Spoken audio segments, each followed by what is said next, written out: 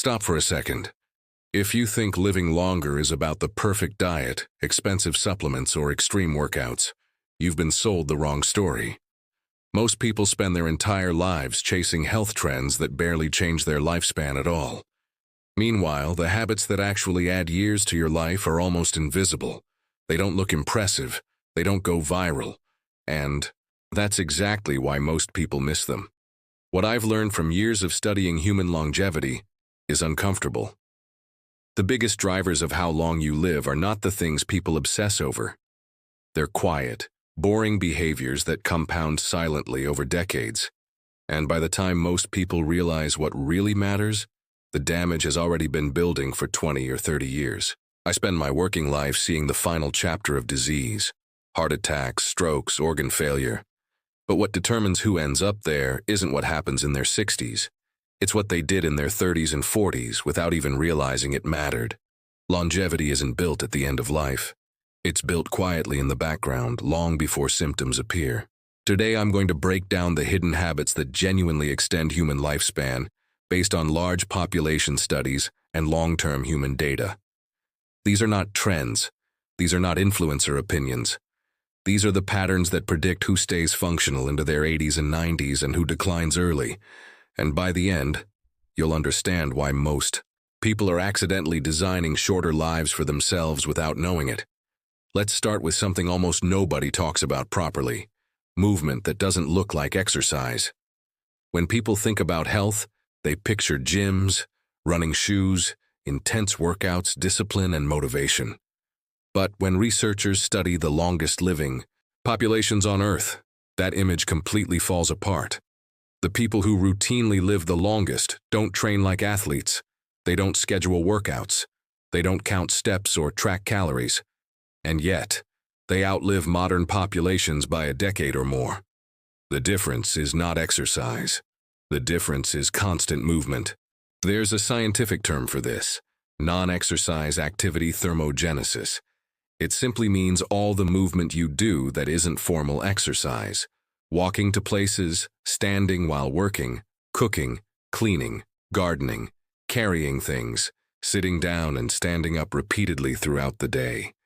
These small movements keep your metabolism switched on for hours at a time. In traditional cultures, people don't sit all day. They sit on the floor.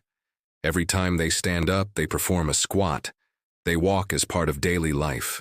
Their bodies are constantly under low-level physical demand. This sends a continuous signal to the cells that they are needed, that they should stay metabolically active, that energy systems should remain switched on. This kind of movement activates powerful cellular pathways that improve insulin sensitivity, increase fat burning, and stimulate mitochondrial growth. In simple terms, your cells become better at producing energy and handling food. Not for 1 hour at the gym, but all day long. Large population studies show that people who accumulate moderate movement throughout the day have dramatically lower mortality risk than people who remain sedentary, even if those sedentary people occasionally exercise. It's not intensity that matters most. It's consistency. Modern life has engineered movement out of existence. We sit to commute, sit to work, sit to eat, sit to relax. Many people move for less than 2 hours in a full waking day. From a longevity perspective, this is catastrophic. Your body adapts to the environment you give it. If movement is rare, your biology begins to downregulate the systems that support long-term health. Longevity doesn't come from forcing exercise into an otherwise sedentary life. It comes from building a life where movement is unavoidable. Walking instead of driving short distances, standing while talking on the phone, taking stairs without thinking, designing your environment so your body has to stay active. The longest living people don't work out. They live in a way that keeps them moving. Now let's talk about something even more powerful than movement: timing. Your body is not designed to operate randomly. Every cell in your body runs on a 24-hour internal clock. This clock controls hormone release, DNA repair, immune activity, and how efficiently you process food. When this rhythm is disrupted, your risk of disease rises dramatically. even if your diet and exercise are decent. People with irregular sleep schedules, late nights, inconsistent routines, and constant artificial light exposure age faster. This isn't a lifestyle problem, it's a biological one. When your internal clock is misaligned, your body repairs less efficiently. Inflammation rises. Metabolic health worsens. The risk of cardiovascular disease and cancer increases. Late-night eating is particularly damaging. Your body is biologically programmed to handle food earlier in the day. At night, insulin sensitivity drops. The same meal produces higher blood sugar and greater fat storage. Over years, this accelerates metabolic aging and increases liver fat, insulin resistance, and cardiovascular risk. Light exposure is another powerful signal. Bright light in the morning tells your brain it's time to be alert, regulate hormones properly, and set your sleep rhythm for the night ahead. Artificial light late at night suppresses melatonin, one of your body's most important longevity-supporting hormones. This weakens mitochondrial protection and increases oxidative stress. Longevity isn't just about what you do, it's about when you do it. Eating, sleeping, moving, and exposing yourself to light in a rhythm your biology understands reduces internal stress on your system. Over decades, that rhythm compounds into slower aging and lower disease risk. Now we move into something most people misunderstand deeply: metabolic health. Two people can weigh the same. One develops diabetes and heart disease early. The other remains healthy into old age.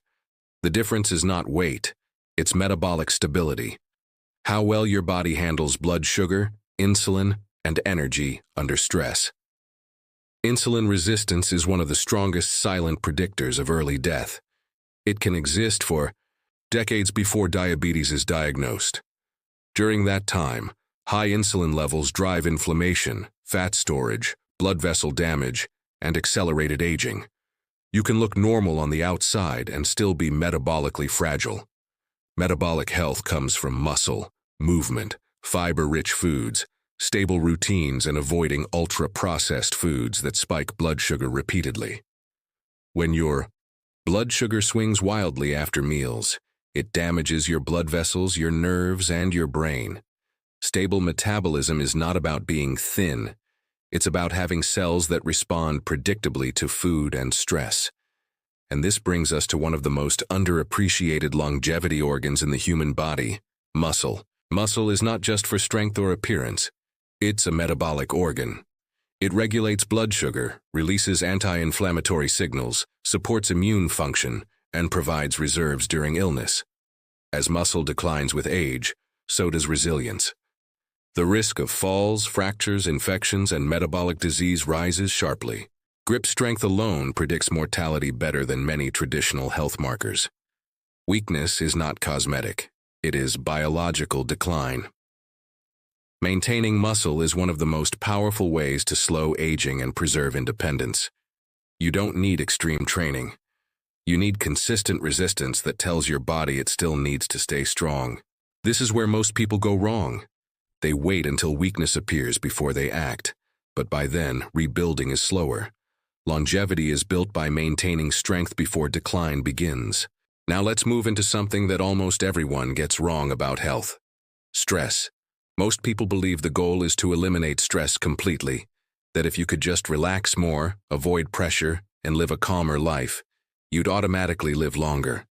But when you look at the people who age the best and stay functional into very old age, they're not living stress-free lives. In fact, many of them face regular challenges, responsibilities, and pressure. The difference isn't how much stress they experience. It's how well their nervous system recovers from it.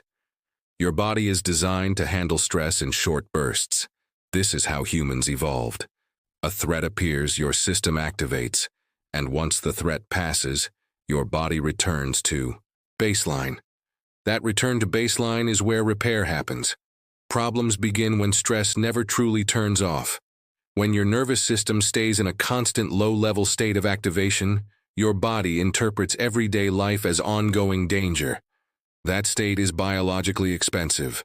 When stress becomes chronic, digestion slows, immune function weakens, and tissue repair is suppressed. Inflammation rises quietly. Sleep quality drops. Over time, this creates the perfect internal environment for cardiovascular disease, metabolic problems, cognitive decline, and accelerated aging. Your body is no longer repairing itself efficiently. It's stuck in survival mode.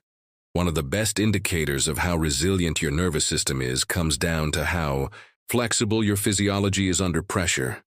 A resilient system can ramp up when needed, and then calm itself down quickly. A fragile system stays tense even when nothing is happening. This lack of recovery is what drives long-term damage. Recovery is not just rest. It's teaching your body that the danger has passed. Physical. Exertion followed by calm, slow breathing. Focused effort followed by real downtime. Deep sleep that allows your nervous system to reset. Simple practices like slowing your breathing, spending time in nature, and creating predictable routines signal safety to your biology. That safety allows repair to happen. The people who age best are not the ones who avoid challenge. They are the ones whose bodies know how to return to calm. Longevity is built not by avoiding pressure, but by mastering recovery. Now let's talk about something happening quietly inside your body that you cannot feel at all. Chronic inflammation. There is a form of inflammation that helps you heal. That's the kind you get after an injury or infection. It's temporary and protective. But there is another type that slowly damages you over decades. It doesn't cause pain. It doesn't make noise. It simply accelerates aging from the inside. This low-grade, persistent inflammation is now understood to be one of the core drivers of almost every major disease of aging. This silent inflammation damages blood vessels, making them stiff and prone to plaque buildup. It weakens the protective barrier around your brain, allowing inflammatory signals to disrupt neural connections. It interferes with insulin signaling, pushing your metabolism toward dysfunction. Over time, this internal environment makes heart disease, diabetes, dementia, and cancer far more likely. The most dangerous part is that you don't feel this happening. You can feel perfectly normal while damage accumulates year after year. By the time symptoms appear, the process has often been active for decades. This inflammatory state is strongly shaped by daily inputs. Ultra-processed foods, constant blood sugar spikes, poor sleep, physical inactivity, chronic psychological stress, and excess visceral fat all feed this process. Even things like poor oral health can quietly contribute to systemic inflammation. Every one of these factors sends small inflammatory signals that, when combined over time, create a constant background fire inside the body. On the other side, the inputs that calm inflammation are not exotic. Regular movement, strength training, whole foods rich in natural plant compounds, adequate sleep, stress recovery, and most importantly, a life that does not keep your nervous system permanently on edge. Inflammation is not an inevitable part of aging. It is largely a reflection of how your internal environment is being shaped every day. When inflammation stays low, your blood vessels remain flexible. Your brain remains protected. Your immune system remains balanced. Your tissues repair more efficiently. Aging slows. Now we arrive at the most surprising and powerful longevity factor of all.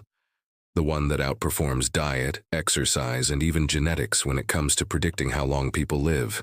It's not how clean your nutrition is. It's not how much you train. It's not how disciplined your routine is. It's the quality of your human connection. This shocks people because it feels too soft to matter. But long-term human studies consistently show that people who feel emotionally safe, supported, and connected live longer and stay healthier.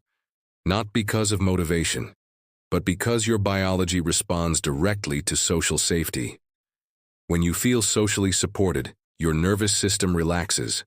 Stress hormones fall. Inflammatory signaling drops. Immune function improves. Your body enters a state that favors repair, regeneration, and resilience. When you feel isolated, your body interprets that as danger. Evolutionarily, being alone meant vulnerability. Your immune system becomes more inflammatory.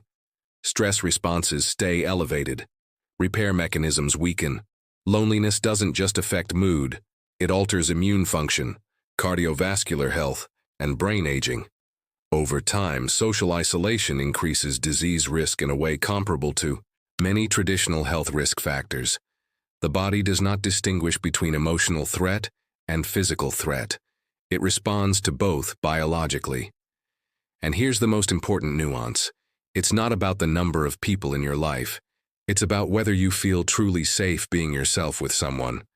A single, emotionally secure relationship is more protective than a large network of shallow connections. Conflict-filled relationships are worse than no relationship at all. Safety matters more than social volume. Modern life makes connection harder. We live physically separate. We interact digitally. We replace shared experiences with screens. This creates the illusion of connection without the biological benefits of it. The longest living communities on Earth share daily life together. They eat together. They work together. They age together. Social connection is woven into their environment, not scheduled as an extra task. Longevity is not just built inside your body. It is built between people. Most people chase longevity by trying to optimize everything. They track calories. They buy supplements. They measure sleep scores and wear devices that promise perfect health. But the people who age the best rarely obsess like this. They don't chase extremes. They build stable systems. They move naturally throughout the day instead of trying to compensate with one intense workout. They live in rhythm with light and darkness, so their body knows when to be alert and when to repair. They eat in a way that keeps their blood sugar calm instead of chaotic. They protect their muscles so frailty never becomes their default future. They allow stress to happen, but they always return to calm. They keep inflammation low by how they live, not by what they swallow. And most importantly, they are not isolated. They have people. Not crowds, not followers, real human connection. Longevity is not created in moments of discipline. It's created by the environment you build around yourself. If your daily life quietly supports movement, rhythm, recovery, and connection, your body adapts to health automatically. If your environment constantly signals stress, isolation, and chaos, no supplement in the world will save you. This is what the data keeps showing over and over again. Health isn't built through willpower. It's built through systems. The people who live the longest don't wake up every day trying to be healthy. They wake up into lives that make unhealthy behavior difficult. They walk because their life requires it. They sleep well because their rhythm is protected. They eat simply because that's what's available. They stay mentally strong because they're socially supported. They recover from stress because safety is built into their routine. That's the real secret. Longevity is not about chasing perfection. It's about designing a life where the healthy choice becomes the easy choice. You don't need to biohack your way into old age. You need to reduce friction for the habits that protect you. Small daily behaviors don't feel powerful, but over 20, 30, 40 years, they quietly decide your future, your strength, your mind, your independence, your ability to live fully instead of just survive. The people who live the longest aren't the ones who try the hardest. They are the ones who live in a way that supports health without constant effort. And that's something you can start building today.